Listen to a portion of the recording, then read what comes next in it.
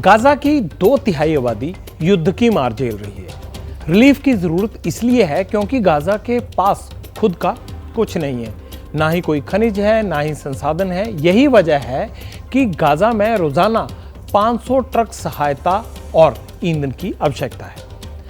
WHO, world food programme, UNICEF और red crescent जैसी संस्थाएं लोगों को वहां राहत पहुंचाती हैं।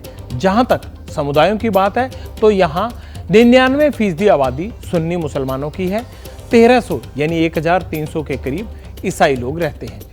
पहले कुछ यहूदियों की बस्तियां यहां हुआ करती थी, लेकिन इजराइल ने उन्हें बाद में शिफ्ट करवा दिया था। गाजा के 64% लोगों के पास भरपेट खाना नहीं होता। बिजली का सवाल है तो यहां जंग से पहले रोजाना महज 11 घंटे बिजली की सप्लाई होती थी और 13 घंटे अंधेरे में गुजारने पड़ रहे थे। इन्हीं बातों को ध्यान में रखते हुए यूएन के महासचिव ने इजराइल के ऑपरेशन पर सवाल उठाए।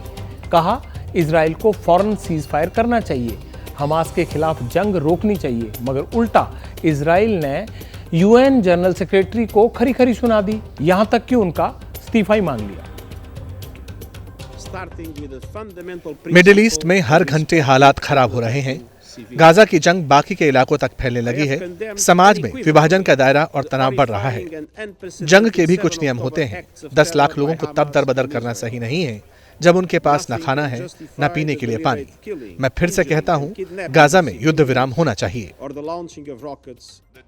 मुझे लगता है कि महासचिव एंटोनियो गुटरेस को इस्तीफा देना चाहिए, क्योंकि अब से वो जितने भी दिन इस बिल्डिंग में मौजूद हैं और अपने शब्दों के लिए तुरंत माफी नहीं मांगते, तब तक उनका यहाँ रहने का कोई औचित्य नहीं है। ये संगठन जुल्म ज्यादती रोकने के लिए था, लेकिन महासचिव हमारे लोगों पर हुए अत्याचार को जस्टिफाई क्यों कर रहे हैं?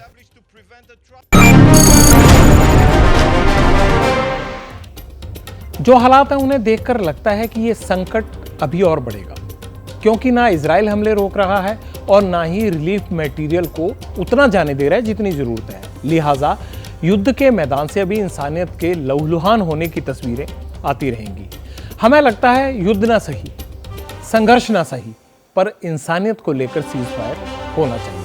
जैसे ही घड़ी का काटा दोपहर 2:30 पे आए, बबीता जी का दिल सास बहू साजिश के लिए मचल जाए।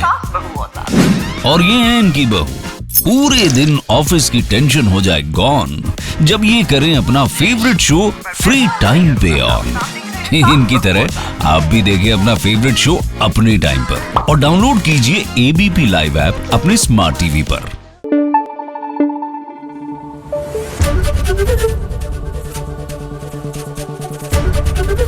एबीपी न्यूज आपको रखे आगे।